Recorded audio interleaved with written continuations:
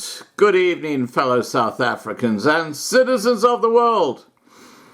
And seeking asylum, if you're in South Africa, has just become that much harder. I'm sorry guys, but you know, this isn't rocket science. I have to give you the bad news.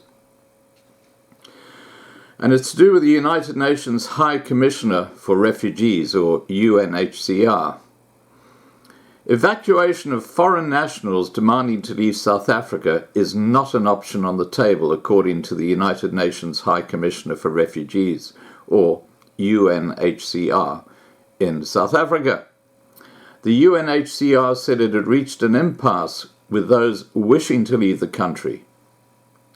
Police arrested scores of refugees and asylum seekers last week who were involved in a sit-in protest outside the UNHCR offices in Cape Town. They were demanding the UN agency move them to a different country for a fear of xenophobic violence in South Africa. Hundreds of refugees were engaged in a similar protest outside the UNHCR office in Brooklyn, Pretoria.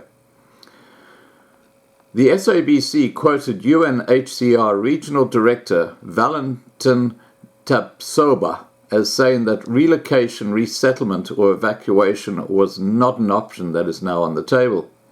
We have 268,000 refugees and asylum seekers in South Africa. Where are we going to take 268,000 people to? Where? To which country?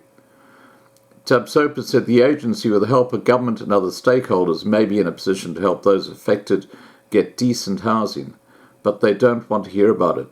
What they want to do is just be relocated, and we cannot do that. So,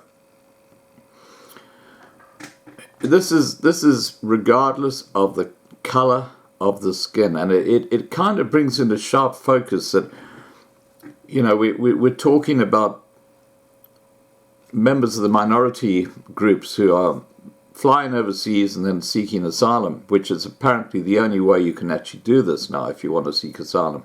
Because trying to do it from South Africa, you're going to be in a huge queue and you'll never get there. So it's really taken that option right out of the basket. The only option left now is if you are desperate to leave the country and you don't have the skills, you don't have the requirements to actually migrate to a country.